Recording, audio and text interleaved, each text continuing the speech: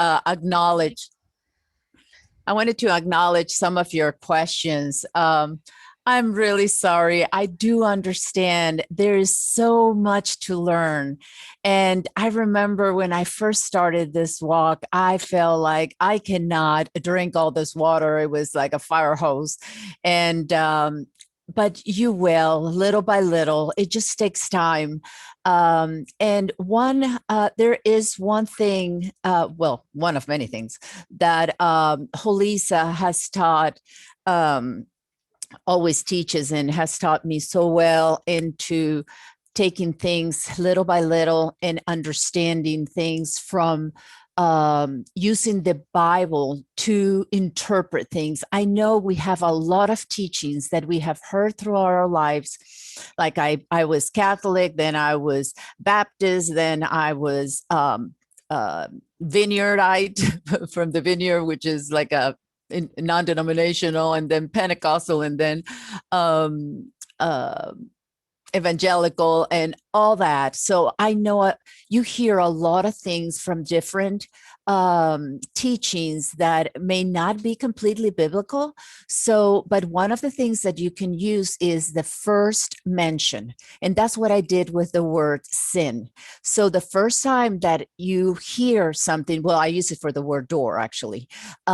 You go, whenever you want to know something, find where was used for the first time in scripture. And then that gives you an understanding of what is it that God means by that word, not what we have heard or what we think by our own lenses. We all have different lenses that we have to take them to the grid of the word. The word has to define those things for us. So then when you go there, then you see, okay, it says there sin is crouching at the door. So what does that mean? So we know he says he's the door, and so we can go in and out to find pasture. So can we, is that heaven? Well, we always heard when you go through the door, you go into heaven, and then you don't come out. Who wants to come out? I know I don't. The day that I get there. So so that means that it's here right now. If he's the door and he's allowing us through him, he's the way back to the Father to go in and out, then that means that there is an in and out, right? So those are the things that we need to start digging and searching for ourselves. Like the Bereans, they took everything to heart and they searched for themselves to see if those things that they were being told were true. You know, I can be wrong. I'm not saying I'm infallible. So search those out. And if I'm wrong, please tell me. I would like to know. So it's, you know, we learn from each other. And if I'm reading something out of context, then I would like to know that.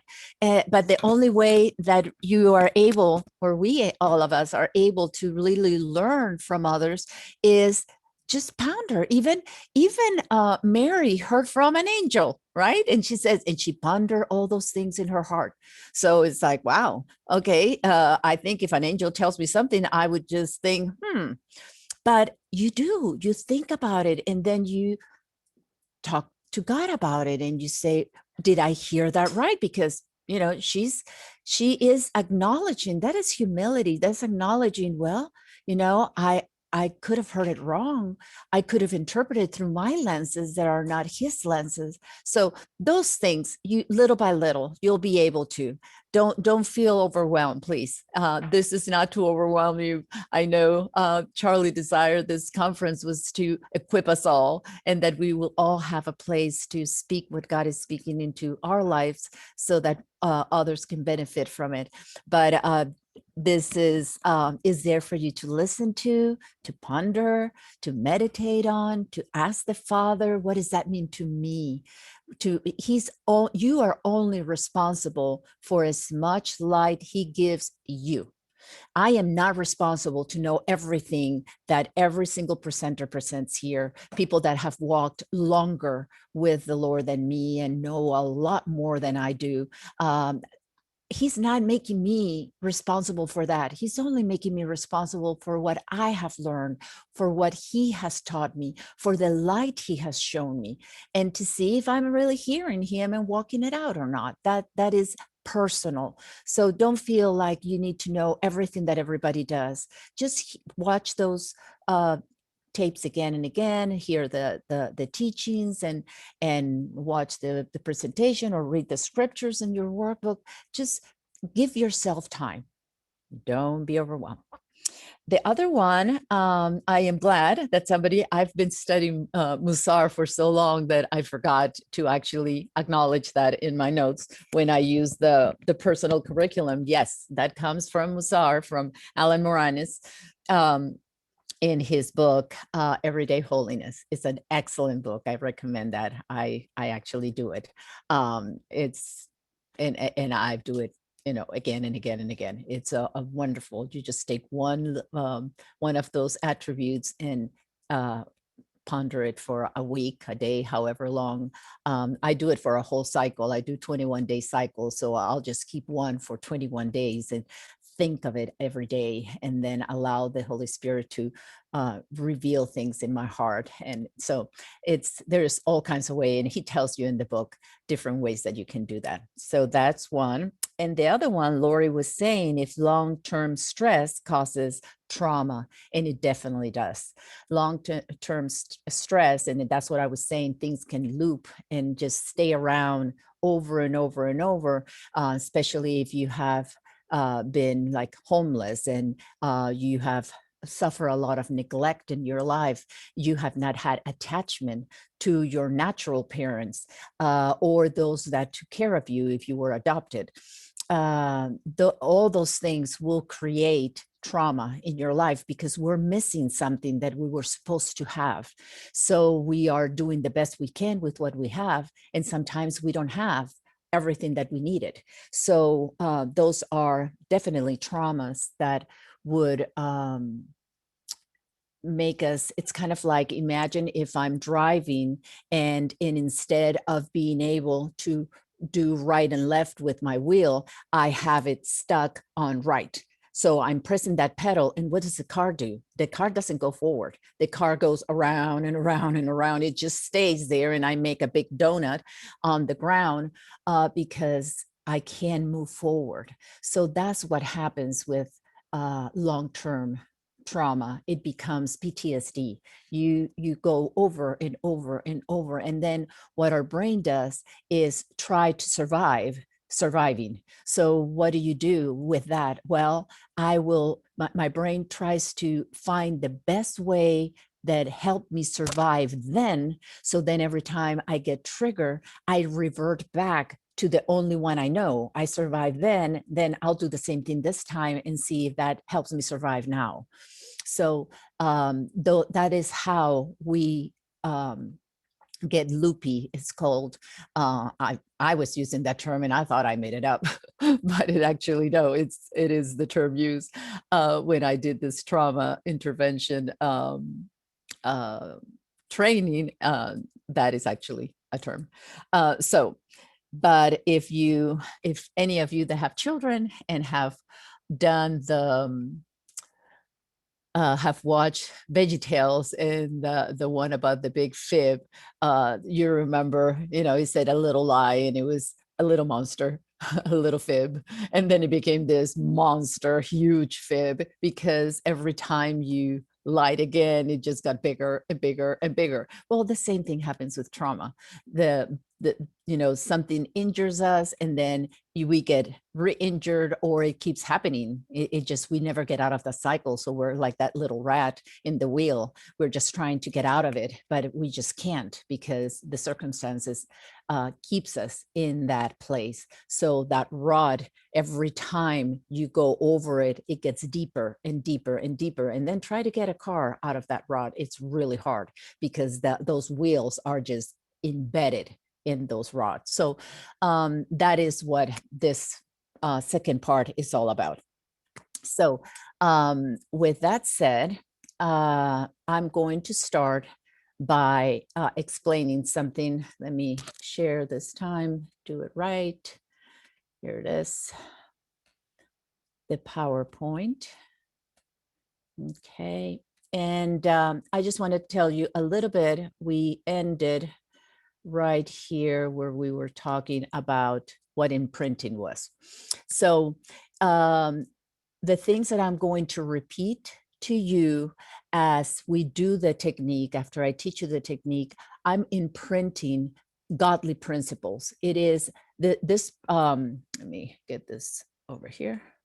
This program, this academy, BSW Academy, is really not faith based, but I have studied everything that I'm about to say to you, and through the grid of the word. Remember, I talk about what lenses are we using, and everything I will be repeating to you is biblical. There is nothing in it that it's not, that goes against the word. So as I repeat those things and you're doing the technique, those principles are being imprinted in you. And that's why we do the Torah portions every week. And you say, well, why do we do this every year again and again and again? What is the use of that? Well, obviously there's a lot to learn in each one of those.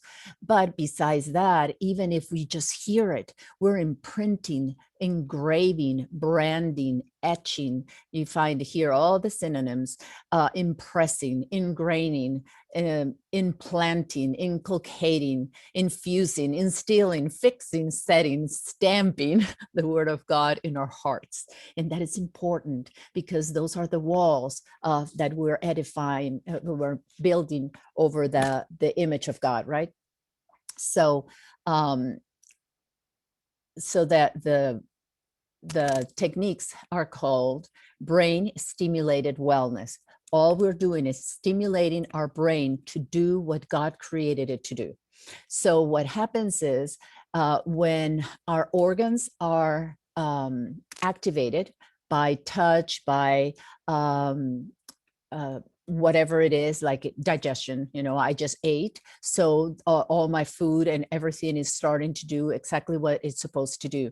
I masticate and I swallow the food. It goes into the stomach produces the acids, it starts breaking it down, sends it to the small intestine. The small intestine starts, the actual digestion happens there, not in the stomach, and then goes into the bloodstream. Then the bloodstream, then it nourishes all the organs, and then, wonderful, I ate and I'm nourished and ready to go, right? Well, there are ways that can be done. We can stimulate our organs by touch, and that is in our hands. All the organs, if you can Google that and find you can put either your hands and your feet, and it would show you where all your organs are represented in this part of your hand or in the sole of your feet. Well, that means that if these are my senses, I can massage this, and that will activate. It sends a direct signal to the brain, where it creates certain chemicals that the pathways are not just all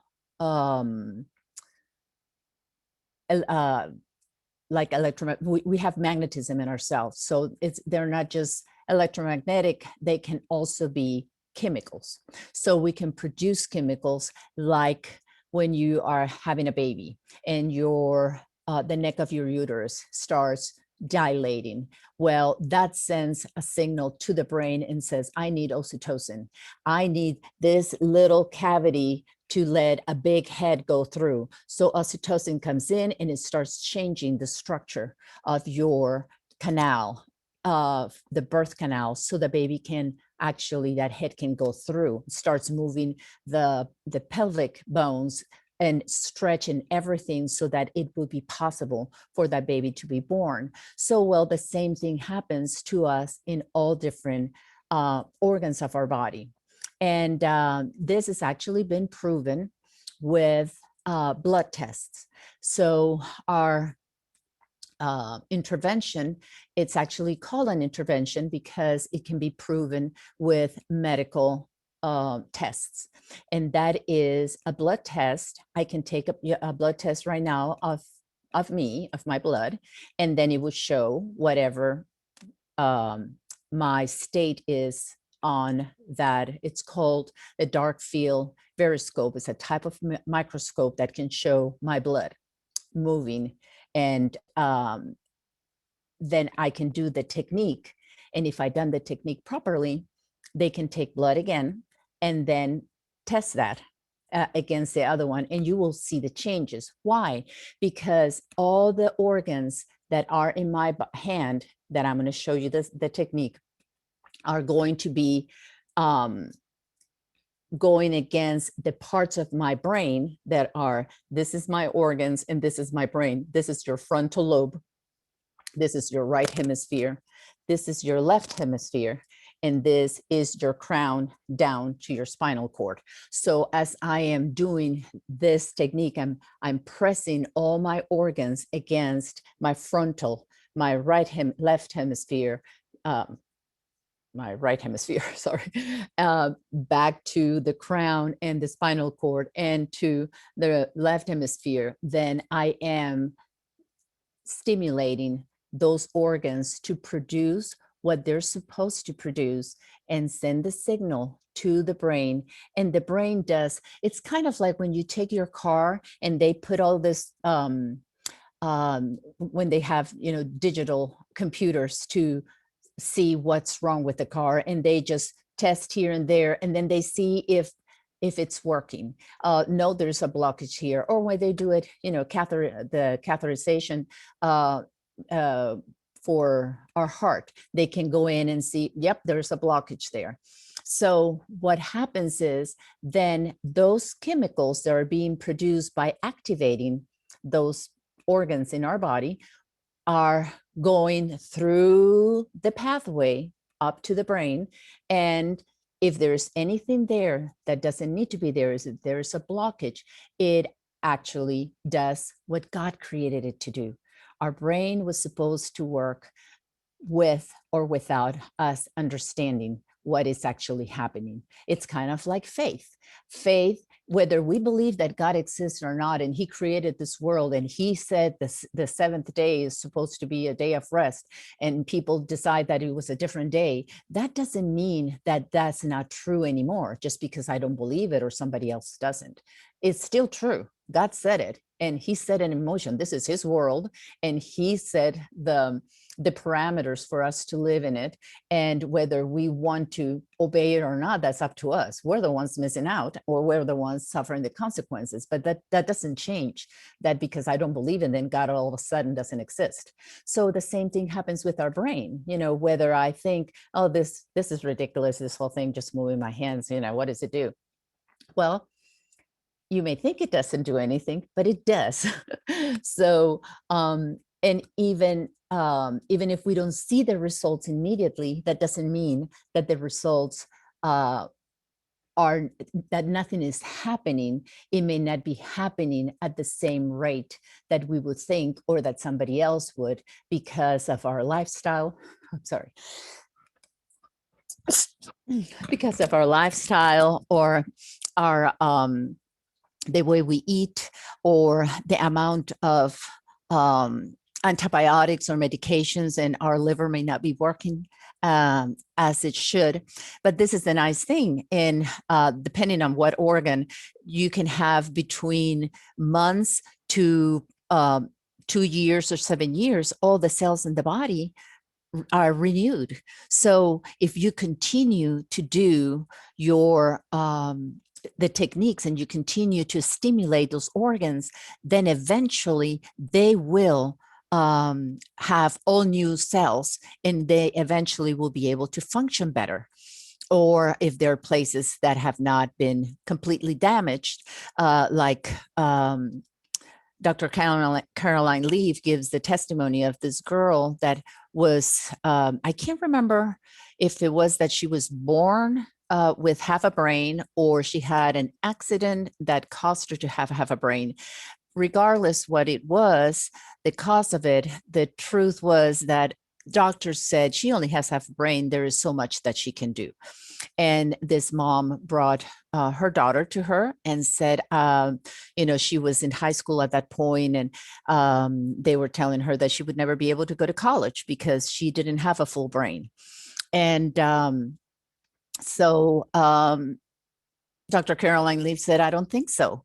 The truth is, she didn't say this, but this is my own input on that one. If we have the same brain that Methuselah had, and he lived 969 years, there's a lot of brain that we don't use.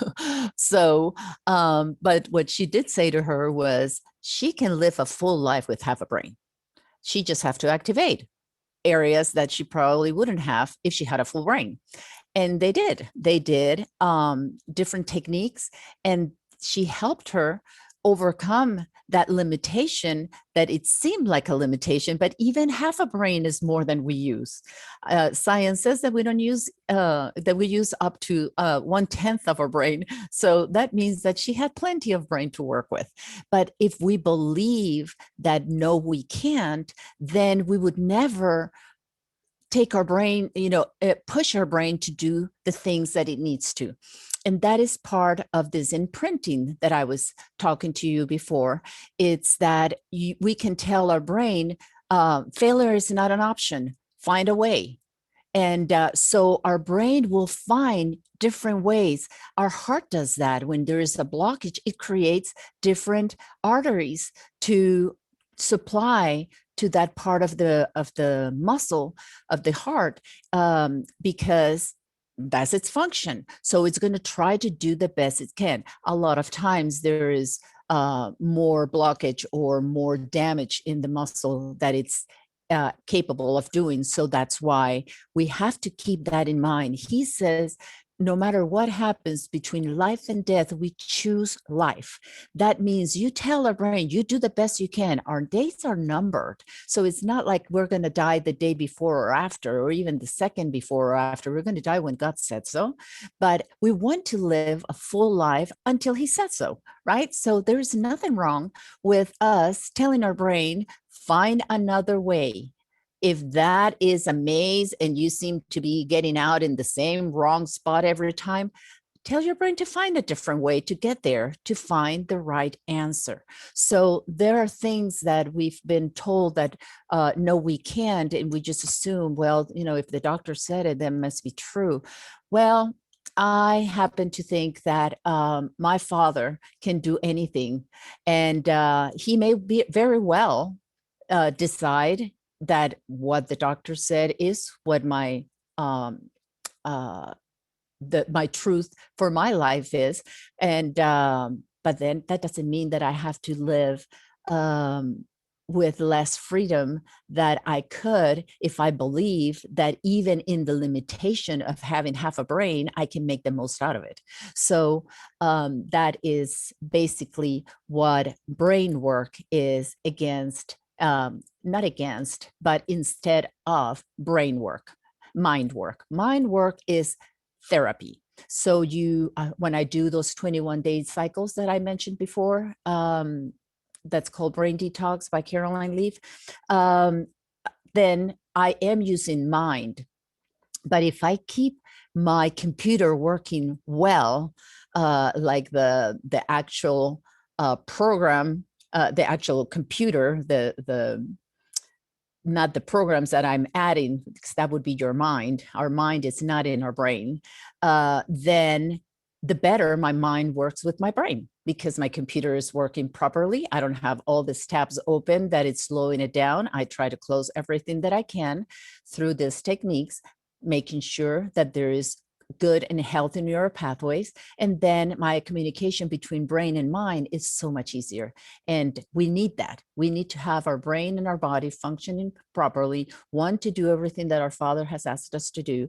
And two, so that the mind of Messiah can perfectly interact with our brain and be the head of our bodies. So that is what neurokinesis is.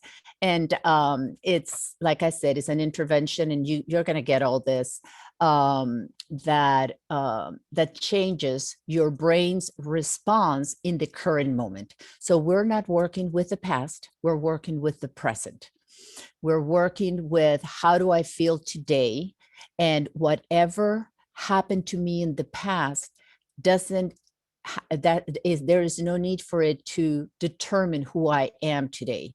Those are things that happen to me, and just how they got wired in, they can be wired out, as Carolyn Leaf likes to say. So with that said, this is another thing that Dr. Neil Anderson says in his Freedom in Christ ministry, in counseling. Discipleship counseling is really the way he likes to call what he does. And it is, how do we walk in freedom when we are putting everything where it needs to be and work the way it's supposed to? Well, one of the things that he mentions in his teachings is, and I worked with him for 12 years as a counselor, is that the memories have emotions, and that's why we remember them. And you can remember something that happened and you cry like it's just happening to you right now. And the reason is because that emotion that is attached to that memory, it's kind of, he calls it the glue that holds the memory in place. So if it's a good memory, like when I had my baby and, my doctor said, I don't know who's crying more, the baby or the mom, because I was so happy that I had my baby. All my pregnancies are very difficult, and I have to be in bed rest, and my body doesn't know I'm pregnant, and I'm constantly going to make sure that I haven't miscarriage the baby until the placenta takes over. And it's just and then when the baby, I have placenta previa with all of them. I have an incompetent cervix that starts dilating before the baby's ready to come out, and so all my babies are premature. So all that to say that by the time that baby, I'm here, the baby outside of me crying is like, oh, thank you, Lord, I have my baby with me. And it's such an amazing, I don't want to get rid of that emotion. I love that emotion. I don't care if I cry again. It's a good emotion, right? Now, there are some of those that are not good. And when they come back to my mind, if it's something that made me angry, that I go like, oh, I can't believe that happened. And I feel angry again, and I can really, like some say, I can spit, I'm just so angry at it. So when that happens, I don't want those are toxic. Anything that creates that type of adverse reaction in my responses are toxic to my brain. That creates brain damage. I don't want that. So those are the ones that we want to disconnect the emotion from the event, so that I can tell you, yeah, you know what, when that car just pulled right in front of me and I almost crashed, and my whole family would have died in that process. This didn't happen, I'm just making it up. I can actually be calm and tell you about it, because I have separated that emotion from the event, and it's no longer making me react like it's happening right now. Yes, and it came in and it hit me and I was so angry. So then when you see that, you can tell I'm still in the moment, right? So that's what we don't want. We want to be right here, right now, in the present. Obviously, I'm here, so I survived. So there is no need for me to relive all that anger and all that frustration, and just make that emotion, that event, that memory even stronger, because every time I tell it, I'm just making that rot even deeper and deeper. So it's like that little fib, even though this is not a fib, but I'm charging it. Science tells us that all our emotions are in that library that I told you in our brain. We have them in the amygdala.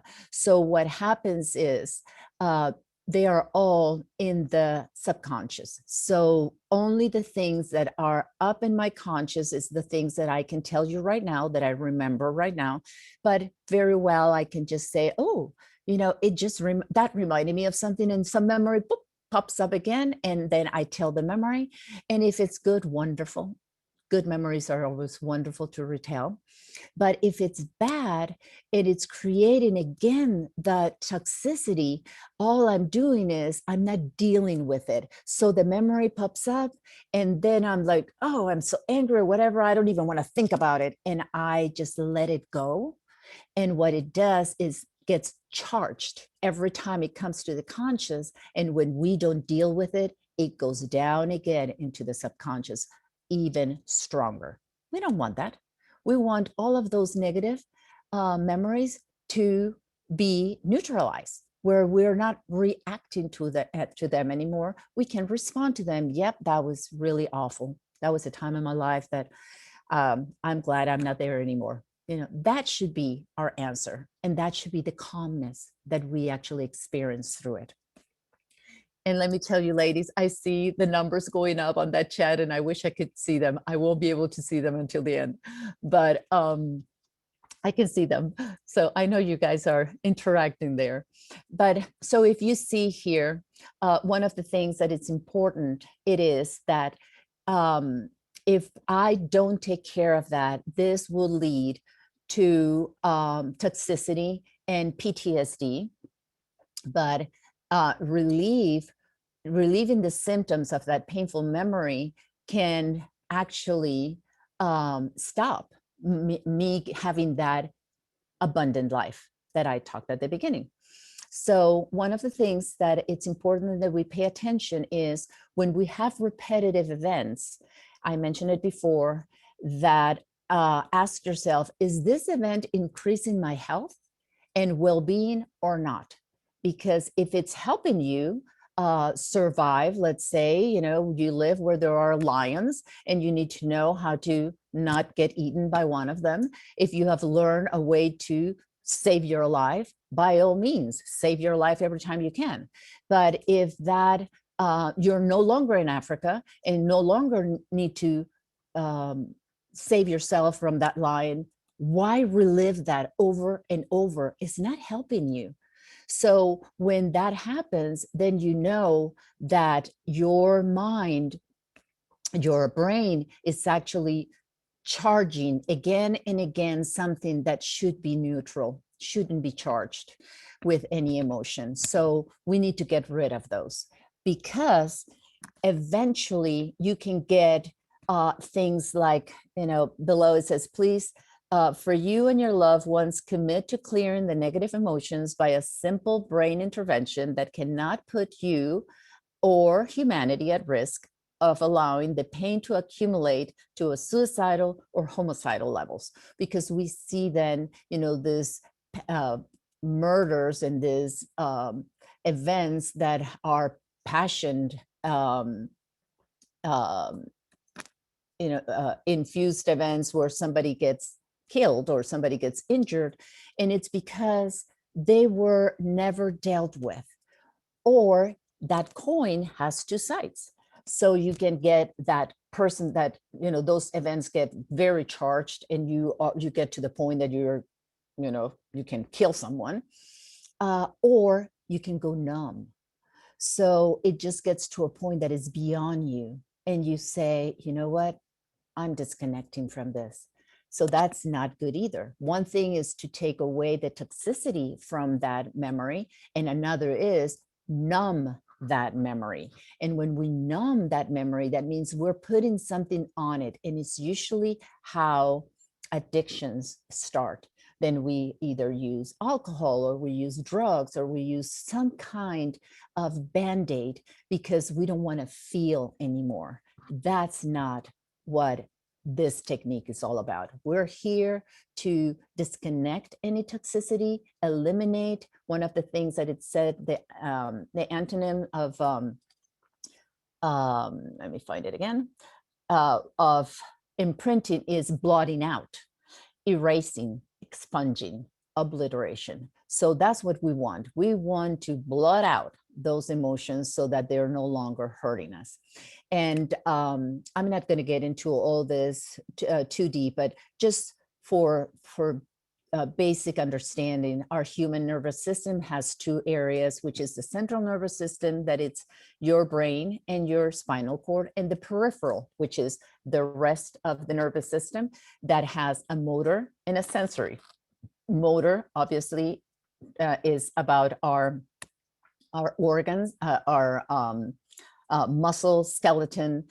Sensory is more of and organs. Then the sensory is just our senses, and then the motor can be divided into the autonomic and the somatic. The somatic will be the organs in our body, or the autonomic will be more of the sympathetic and parasympathetic, which somebody just explained it to make it easier. If you're driving a car, the sympathetic is your pedal, is that acceleration, is feeling great, is just getting um,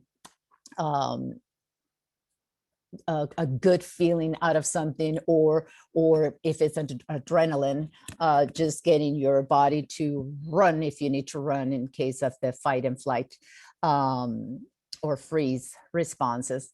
And the parasympathetic is the break.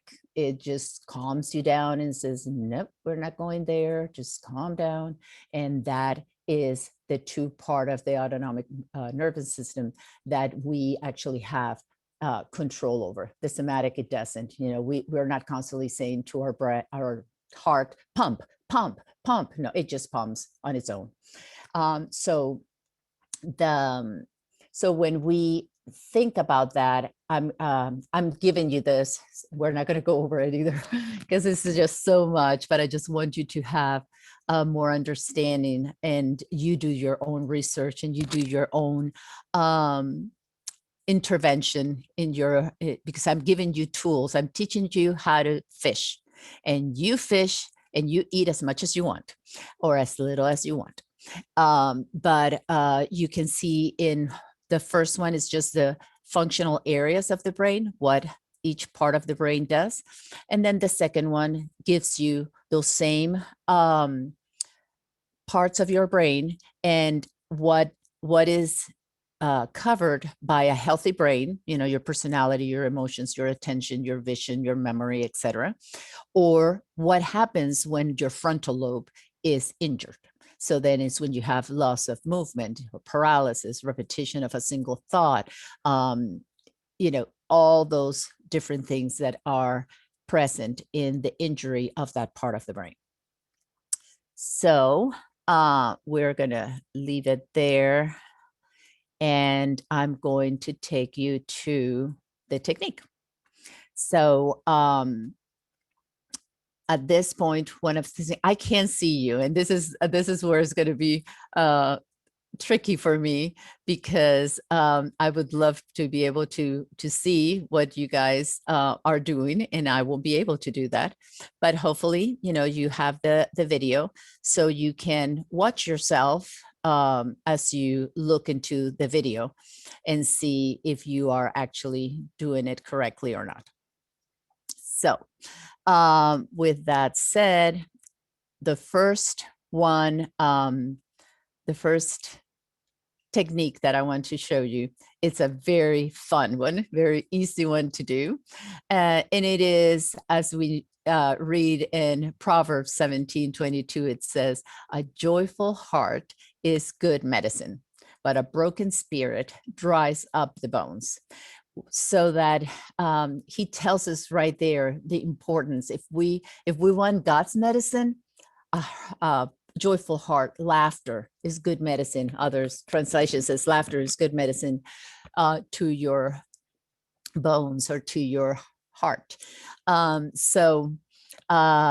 But when we are nagging, complaining and all this, we just dry up our bones. You see people literally having somatic, psychosomatic, because it comes from the thought to our bone, to our organs, illnesses, because all we do is just complain, and that's a lot of toxicity. So the nice thing about laughter, and why it's a good medicine, is because when we laugh, we are sending, when we, even if you don't do, a friend of mine was telling me this is how she makes herself laugh when she doesn't want to.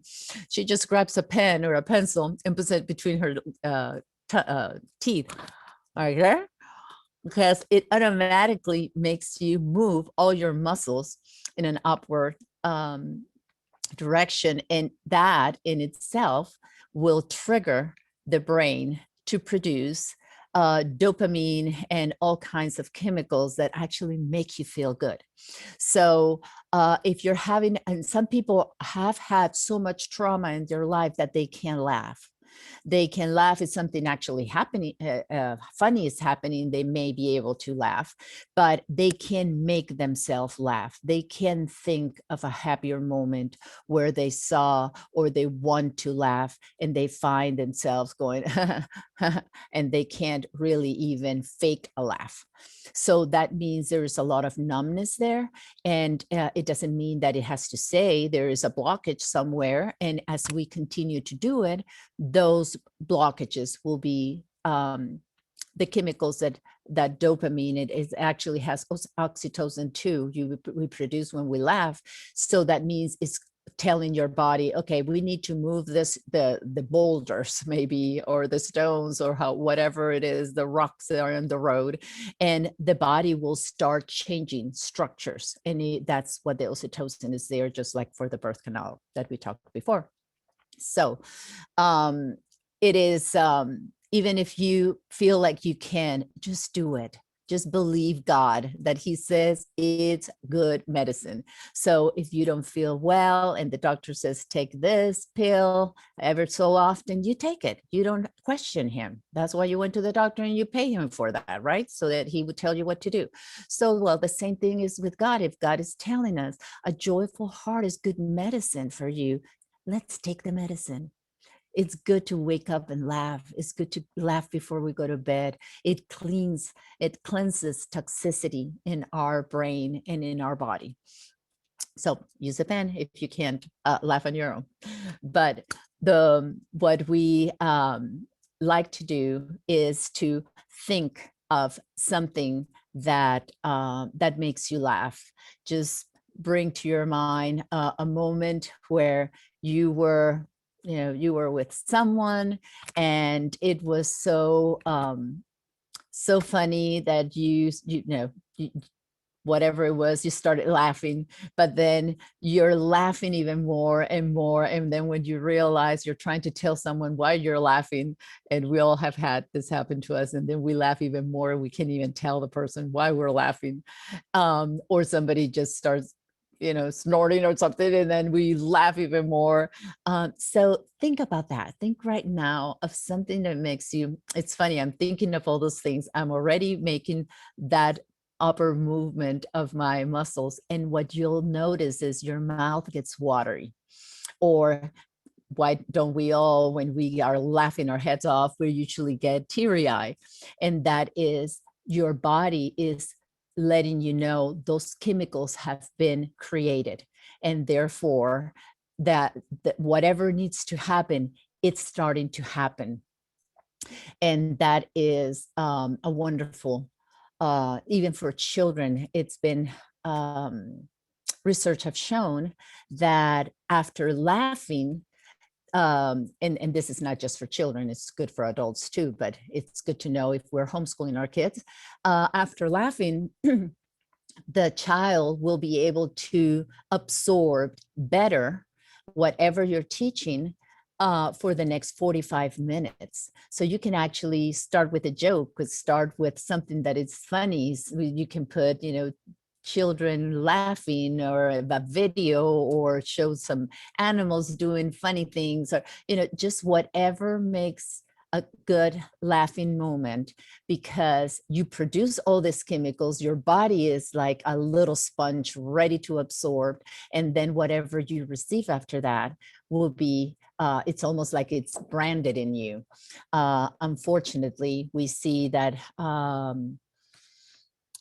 advertising uses a lot of sex for that. And you see, a woman, very sensual, touching her teeth with her tongue and whatever, and they're selling a toothpaste.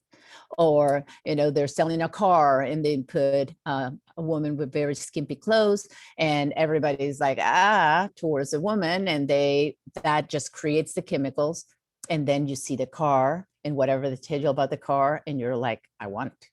So that is a wrong way, obviously, to use this process of creating this neurotransmitters, these chemicals to actually learn from. So with that said,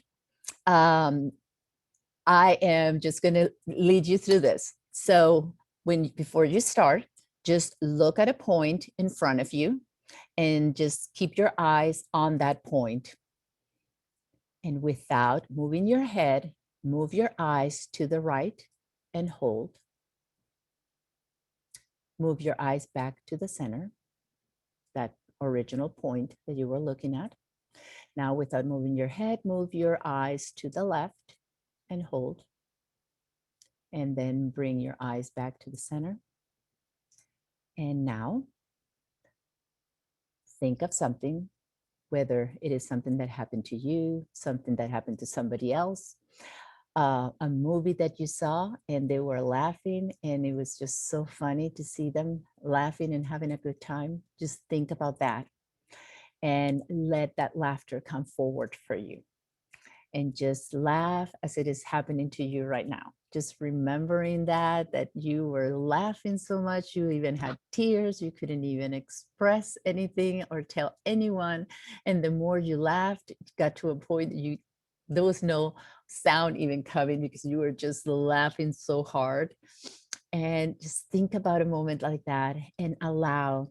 If you feel your mouth getting watery, then you know you're doing it right, that you are producing those chemicals, and whatever we're going to learn from this point on, you will be able to absorb and you will be able to deal with. You have just rev up your engine and it's ready to do what it's been created to do. So just, nobody's listening to you, but you can just laugh right there by yourself. And just have that moment for you. And if you can't just make yourself laugh, you can put a pencil or keep it there until you start getting your mouth watery. Have you noticed that you can put something in your mouth and after a little while you have to put it down because your mouth gets really watery, like when you go to the dentist? That's what's happening. So, okay, now we are going to just take a deep breath and allow that to just take a hold of your body and your mind and be okay with that. So we're going to do this, the technique that I'm going to show you, like I said, how your hands and your, trying to get back here where you are. You are going to do, you're going to use your hands and imagine that your hands are like a ladle, right? So I want to scoop something out of this. So I don't have my hands open because I'm going to lose that liquid, or if it's sand, it's going to just seep through my fingers. So I'm just going to keep it closed. I want all my knuckles to be in alignment. So here are my knuckles. So I'm going to bring my thumb where it can line up with the rest of the knuckles, not up here, not open up here, but I'm going to tuck it in and just have those knuckles line up. Then I'm going to keep it like that, so that, just imagine that this is the thought that I'm going to be working with. I can actually hold it. If I keep my hand like this, I could hold something that's there, but if my hand is open, I cannot hold it, right? So with that said, you're going to think of a memory, something small, like between 1 and 3. This is the scale that we're going to be using. 1 being, yeah, it bothers me, but I'm okay. And 5 being, that was awful. I wanted to die when that happened to me. So we're not going to do 4 and 5s. We're just going to do 1 to 3s. And 3 being like, that was really bad. But yeah, I can deal with it. That we're just going to do 1, 2, 3. It's important that if you are pregnant, you do not do anything 4 or 5, because that's a lot of toxicity for your baby to receive from you, because your baby's receiving everything that you're going through. And that's too much of all those chemicals and those emotions are too much for the baby to handle, and we can hurt the baby. So please don't. And you always do right over left. Just think about the Father, the right hand of power is our Messiah, right? He's sitting at the right hand of the Father. So that is what we want. We want the Word of God to be always present and always forward. So it's right over left. And it doesn't matter if you write with your left and or you write with your right. We always do right over left. And another thing to think about is that the priests, when the offering was brought in, the offering was, sacrifices were made to draw us closer to God, not to kill an animal and see the blood spilled and then eat barbecue. It was so that it would bring us closer to God. And that death was bringing us, that's a little bit less of me and more of him. So I'm doing something so I can be closer to him.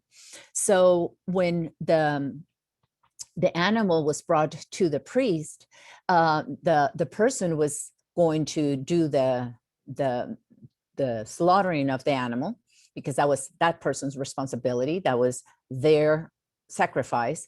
But it was the priest who put their hands over the offering. So just think about us being an offering and our hands going over that offering, because what we're going to do, we're trying to get closer to our Father. We're trying to clear anything that is hindering that walk with him, any toxicity. So you're going to put your hand over your knuckles. Your little finger, as you can see here, is right over the knuckles. So I'm having my hand right over, and I don't want any air. I don't want anything, because I want all my organs to be stimulated. You're literally giving yourself a massage in your whole body. So I'm pushing away from me all the way until I can't go any further. As you can see, there is nothing. And if you remember, any of you that's old enough like me to have a typewriter, it would get there and you go bling, and then it went to the other side. So you just go towards your little finger and you line up your thumb over those knuckles, and now it's coming back in the same way. I don't want my fingers open. I don't want this coming up this way. I want every single organ to be pressed against the skin. I get to the thumb and I go back again and line up my little finger over those knuckles again. So that is one rotation. So this goes all the way to the end, goes over, comes back towards me, brings it, line up, and one rotation. And we're going to do 8 of those rotations.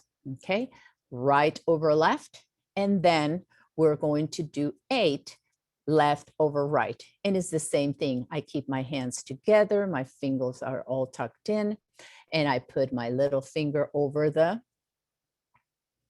knuckles and I push to the end, take it over the little finger, line up my thumb with the knuckles, bring them all back in to the thumb, back to line up my little finger with the knuckle, and that is the next one. So as you do that, what I'm going to do is I'm going to say certain statements that I'm imprinting in your mind. And like I said, everything that I'm going to say are biblical. I'm not imprinting anything. I'm not telling you now you go and kill someone. You know, I'm not doing any of that. But I'm going to be saying those as you're doing that. So we're creating the muscle memory. So your mind, your brain knows that you are activating every organ against the different parts of the brain and creating those chemicals that are going to work on that memory that you're going to put in your hand. So let's say, like the same example I did before about the person that just cut me off, and you know, it got me so upset. So I'm going to put that being upset here. We don't have to tell each other what this story is. You may not even remember. All you know is like, I woke up this morning like with a pit in my stomach. I just felt awful. So you put that pit of your stomach right there. And then we are going to obliterate, right? The opposite of imprinting. We're going to just reduce that to 0. So we're going to do 8, and you have to count because I'm going to be talking. So you count for yourself. Don't do more than 8. So make sure you don't have to be thinking as you're doing this. You think about it, you put it in your hand, your brain knows what to do with that. So don't worry about it. From that point, just count 1, 2, until you get to 8. And then you go to the other hand. 1, 2, until you get to 8. And when you're done, you can release that from your hands. So are we all ready? If you can, if I can see, I don't see anything on the chat right now. I'm gonna let you know, Simi, we have ladies are gonna start pouring in now because it's 2 o'clock straight. It's time. They'll start coming in. Okay. So we have 2 minutes. So 2 minutes, right? Yeah. Okay. Yeah. I was gonna say I still have to. Okay. Ready, ladies? Because I want to do them printing at least once. So think about something you want to get rid of, put it in your hand, and let's do the 8 on one hand and 8 on the other. And go ahead, start doing that as I say this to you.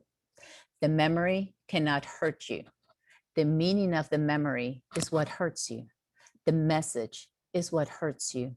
The memory itself can teach you many positive things beyond survival concepts. Search for wisdom. Wisdom is always true all the time. Knowledge is only about a certain time in history of the development of you or a society or the evolution of life. Knowledge evolves as our needs evolve.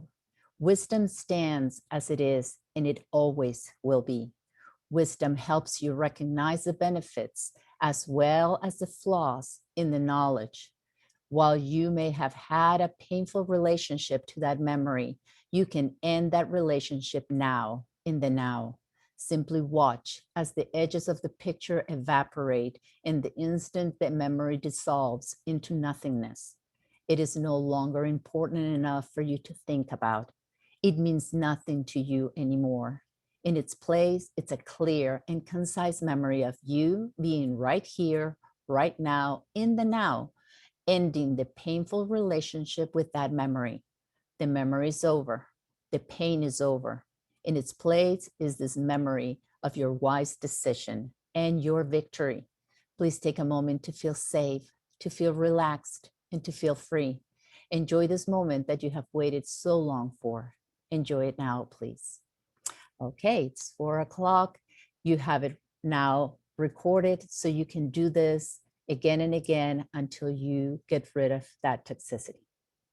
Thank you so much. If you have any more questions, you can find me at the Rooted Cafe, and I'm going to actually add my website so that you can find me for more of this intervention. Thank you.